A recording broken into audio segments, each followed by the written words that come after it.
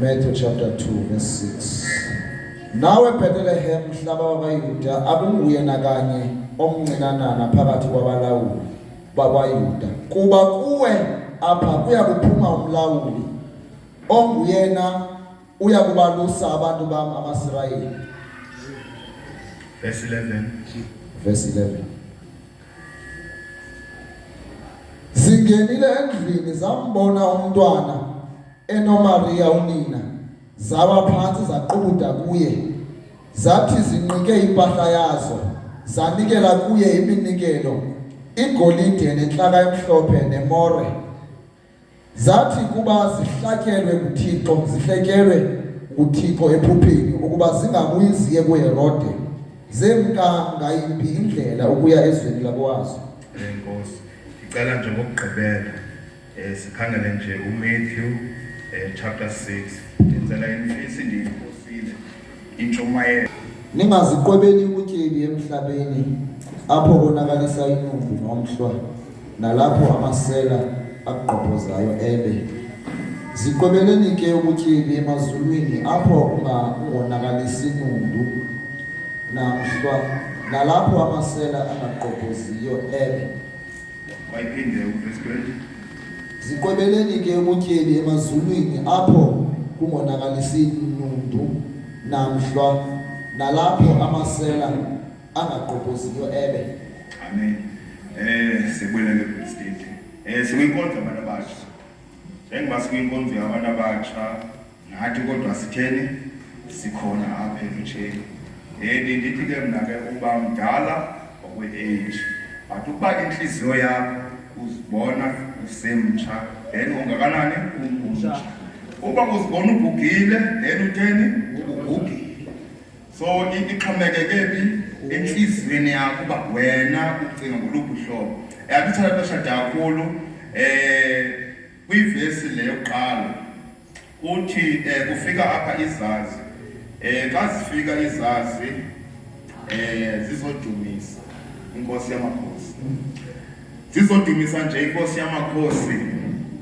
Azikho sure ukuba ngaba kahle kahle ngeyiphi le ndlu uzalelwe kuyo bani uYesu. But zingekho sure zinjalo, kodwa zisho kuseBethlehem, but azikho sure banawo. Njengoba silapha eThulba ne sisilapha eThulba, but bakhona bengekho sure ngeholo basikhonzelaphi. But bengekho sure benjalo, bathe besakhangela bathi uHerode. uHerode naye wazenza ingathi uzonqula. Xa ezenza ingathi uzonqula uHerode, wathi apho nimfumane khona ndiyacela mani nindixelele, ngoba nam ndifuna ukuthini ukumnqula.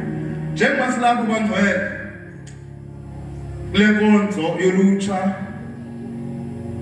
sonke silapho masine, but bakhona abazojonga ukuba ngaba kahle kahle kwenzekani. Abanye abakhwelanga ukuswekhetha beze apha kuba befuna ukuzonqula, bazojonga uba kahle kahle kwenzekani. But ndithanda izazi zisho ngestori sazo. Zathi Herode, don't worry, sizawubuya. And xa sibuya siza kunika information le utheni uyifunayo. Ndizohlala phansi bangcwele. Oh Nkosi, sincede. Nyani ke siyahamba izazi. But before siyahamba izazi, uHerode unezazi zakhe. Ukhona izazi zikaThixo ezizofuna uYesu. Izazi zikaHerode ziyityhilile izibhalo, zathi ngeli xesha kwakuthiwe inkosi yamakhosi izozalelwa eBethlehem, but azikho sure ngelocation. Zityhila ntoni? Incwadi. Ezi zazi zikaThixo zityhile incwadi, but zabe zihletyelwe ngubani? UThixo. Zabe zona zingahambi ngencwadi, zihamba nenkwenkwezi zona ziyijongile incwadi but after ziyijongile incwadi zathi no man, this is not enough, sidinga into engisentla evela ezulwini. Zathi xa zijonga phezulu zathi no man, le nkwenkwezi le kuprofethiwe kodwa no man, sizawuzalela unyana, lo nyana uzoba ngu-Emmanuel ngoba umprofethile uMikha wathi uyazi umkhululi, uyazi umsindisi. Yiloo nto ngoku sithetha yona namhlanje sithi sizalele bangcwele. Asizanga kuzonikela kuba sinikele enkonzweni, sizonikela kulaa mntu sizalelwe kuye. Yabona Nkosi, because xa kuzalwa umntu kunyanzelekile kube khona izipho. Andingafuthi yani ngizazi ezi zikaThixo zihambe ngenkwenkwezi zafika endlini. Xa zifika endlini ithi iBhayibhile kwakungumzi wesityebi lo uyozalwa kwebani uYesu. Kwathi ngenxa yokuba kukhona icebo elasemazulwini, kwathiwa eli cebo lasemazulwini lo mntwana njengoba kukhona iintlaba ezizofuna ukumtyumza ukumbulala, basengambekeli ezitafileni ezinkulu, basengamsi emathenethi masemfake nje apha esibayeni. Xa semfake esibayeni sizamdibanisa nezigusha zilapha. Xa simdibanisa nezigusha zilapha senzela uba xa lumfuna utshaba luze lungamfumani, ngoba utshaba luzawufika ezindlini olunguHerode alizuya esibayeni.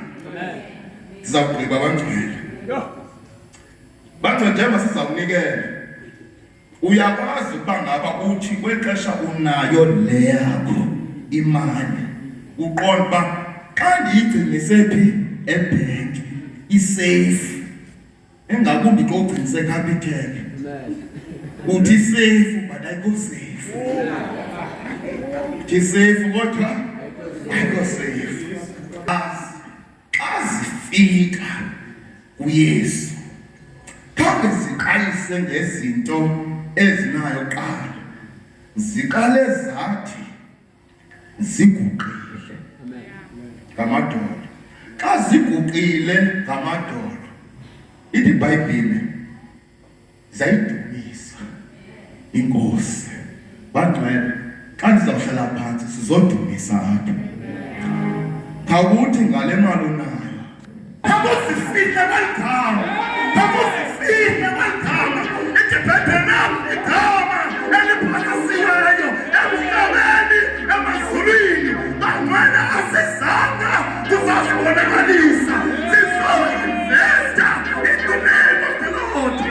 Ngoba xa uzifihle kwelgama zithi zonke izinto ziyaguqa, zonke izifo ziyaguqa, yonke into iyaguqa. Uyothi xa ungene kweli gama uthi Thixo andizozigqiba zonke, kodwa xa ndingene kweli gama I'm here to invest, I'm here to invest.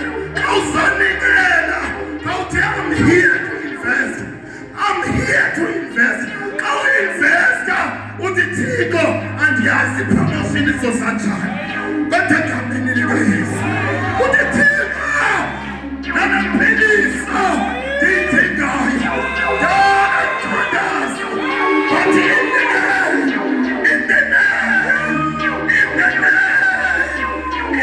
name of the Lord. Kakuthi Thixo nesikolo singade siwuthathe, andisazi uba ndizasifumana njani kodwa namhlanje kakuthi nge-200 uthi nge-500 uthi no ngale 100 ngendibanisa ifoni yami. Bangcwele, egameni likaYesu ayikho into oyibizayo ingenzeki, zonke izinto ziyadibana.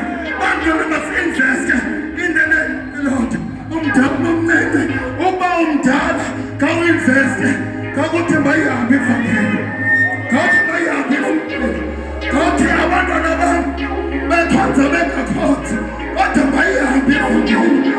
uthi le vangeli andifuni uyigcina kum ngale mali ndingi ayami vangeli ukuba abangcwele kwenziwe yonke into enkonzweni isenzelwa thina ngokubana wayesazi ukuba ngeza 20 cents my friend wakunikela abazali bethu uzawuphuma thina amyeba ngcwele ukumemezela ukuthi yonke into oyityalayo izawuphinda-phinda yonke into oyicingayo enhliziyweni yakho as long as you have mentioned the name of the Lord, the name of Jesus, eligama abangcwele sithetha ngedwa ekhangelwa phansi amazulu athi kufanele unyana womntu azizwe emhlabeni azosindiswa ihlabathi bangcwele aphiwe to-announce ukuthi yasindiswa wena imali zakho ziyasindiswa ifamily yakho iyasindiswa onke amadoda ayaguga makayigcwele makasincede kwixesha esiphila kulo ukuthi zonke izinto kasizenza zibanokuqika ukuba izinto zishintshile thulbach House of Glory ndiyamemezela bomi bakho buyatshintsha khawuinveste in the name of the Lord khawuinveste in the name of the Lord ngenye imini iBhayibhile ithi wake wacinga David wathi no man elele endlini wathi no man ndinjengoku ndiking but khona umuntu oyinvestileyo empilweni yami umuntu oyinvesta kuyo uJonathan ethime awule ithi iBhayibhile athi beheli uJonathan alufile noVictor wathi ngenxeba emdala uJonathan wathi no man zikhona izinto endizenzileyo kodwa zikhona izinto ezindohlulayo I'm not sure ukuba funeka ndiphumelele njani wathi kodwa no man ikhona inkwenkwe apha emdlaleni ekuthiwa nguDavid engalusengayo wathi mfana kukhona iglory ephezu kwempilo yakho wathi uJonathan no man ezi zinto azindifanelanga ndiyacela mani mhlobo wam David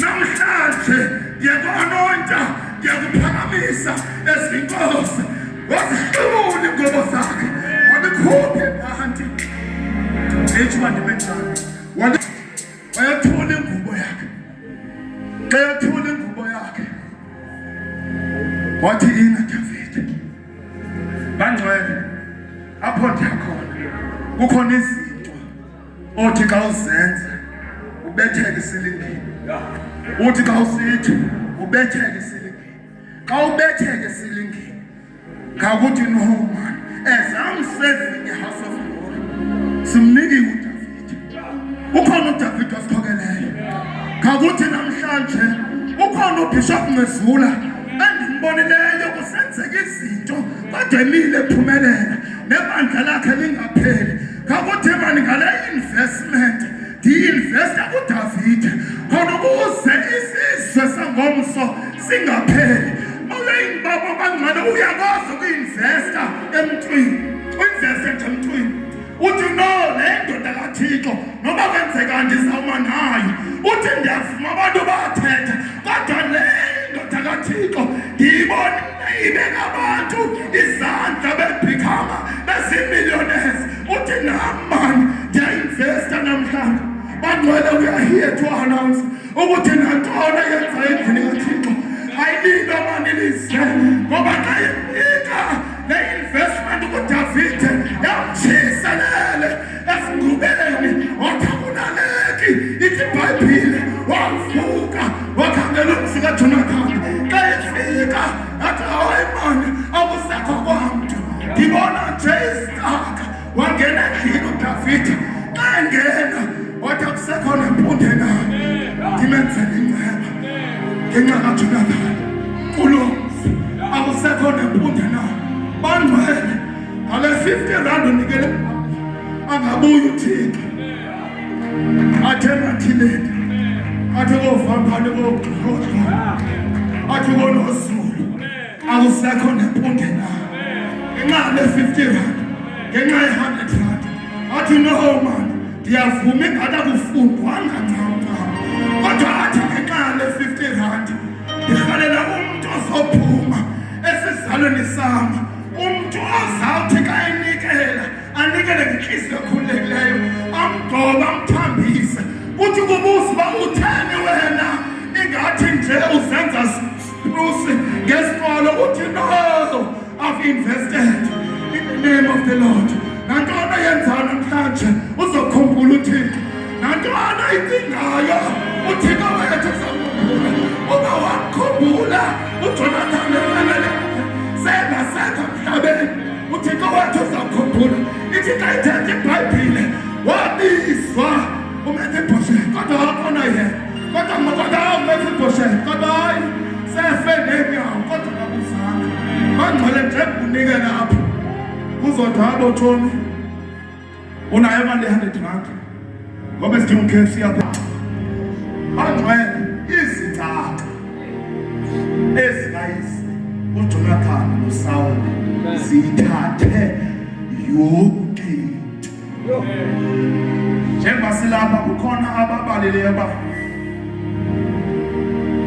one whole day kumfundisi uMagazole ndiyayithatha intshinga.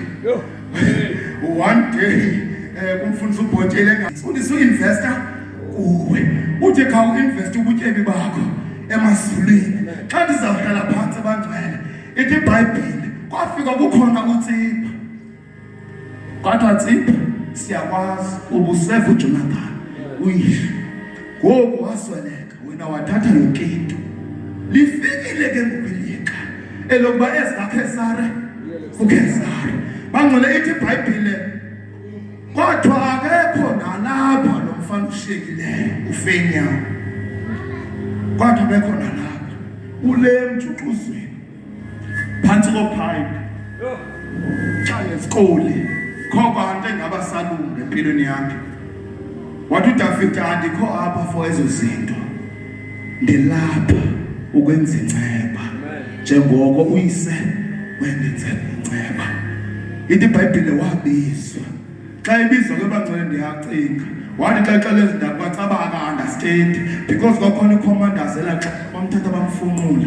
Xa bemfunqula wathi abona indisa kodwa sihamba nawe iyabiza ikumkani wabekujilisa sithi kanjani because uthi xa ecacisa pha uthi inja efanele nawe, efana nami inja ihlale etafileni. Uthi no, not inja efana nami. Uthi inja efana, uthi no, andinofuna. Bangcwele zikhona imeko singahlala phansi, zikhona imeko bangcwele apho ufumanisa uba ndiqinisekile mfundisi Magazole xa ufika la movement kuwe waqonda uba uzawuthi xa uzenza ufumanisa uba awukho ungaqala khona nawe uzidelile. Awuzazi noba abo-grade ugrade 12 noba vele ukungene kwi-security uyabona wenze ntoni i-cashier, uyabo wenza i-cashier kobe urhala into ekhawulezayo. Bangcwela zingxamile into zikaThixo. Namhlanje njengoba uinvestile ngale mali yakho wathi uBishop wathi akawadla amandla enye indoda. Wathi le mali irepresenta ntoni? Umbilo wakho. Wathi umbilo awuphumi kungadibana kwegazi emzimbeni wakho. Meaning that umbilo uhamba negazi lakho. So whoever uba udlalile ngokunikela namhlanje uyaxoka. Bangcwele eku-investeni emntwini, u-investe in the name of the Lord, u-investe endlini kaThixo. Akufani noku-investe kwamakhelwane. Unga-investe next door, but xa u-investe kakhulu endlini kaThixo akufani bangcwele. Because ithi iBhayibhile wafunqulwa lo mfana wealth. Xa efika wabekwa etafileni walibala ukubhinyalaza, hayi kaloku mna nomama wakhe wayeka ku-grade 5 ngoku mna ndiyeke grade 8 kaloku izinto zalapha ekhaya nabani owakha le ndlu akakwazi ukuphumelela uyasweleka kuthiwani. But wabesithi uDavide khange ndilale, andithumelanga nentlola ndizizele ngokwami. uThixo uqhumisile uthe remember ukuba kule ndawo kuyo David wafaka bangcwele i-investment oyenzayo emntwini akufani bangcwele xa uyilahlile imali xa uinvesta bangcwele uyakwazi ba ufike ufake then uthini ulinde apho sibethakala khona ngoku-investa sifune ngomso i-quick rich scheme emafly by night anditshe kakhulu kwaye nditshe kakhulu aba nemfundo ingathi ayiveli uyaqhubeleka uritrekta nabahlobo bakho ongomona ubakukhweza emotweni abasathethi loo nto khawuhlale banulinde uLithixo ndiwenzile umsebenzi sizawuphakama bangcwele xa sizawuthandaza sizawuthi Thixo siwenzile wethu umsebenzi wena Nkosi uthe uyabathwala uthe wena Nkosi unaphilisa izikhwala uthe wena Nkosi nesabelethekela lithemba uyabanika abo bafunayo bangcwele you are here you are not here to play you are here ukuzovusa ikhaya lakho you are here uzokwenza izinto zenzeke andizawuhlala phansi bangcwele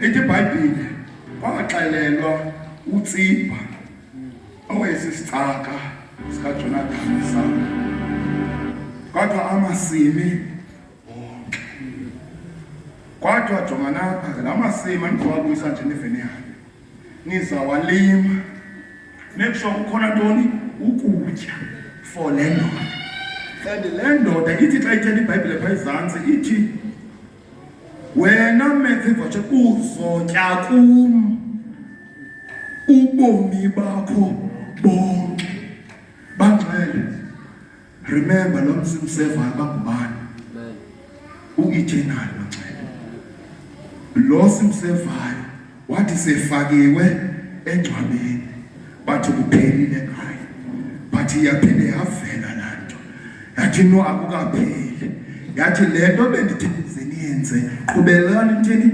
niyenza irili le nto imanyani uba kwaprofeta ukumika chapter 5 ngoba ngaba sizawuzalelwa inkosi yamakhosi eBethlehem xa kungena kwiNew Testament sekulityelwe sekukhangelwa ntoni izibhalo bakuthi xa sekukubi empilweni yakho ukhumbule investment uLithixo not now andivumi ngoku lixesha lokuba ezikaKhesare sibuye kuKhesare sicela siphakameni baxa sizokwenza umthandazo lo mthandazo sizowenza bangcwele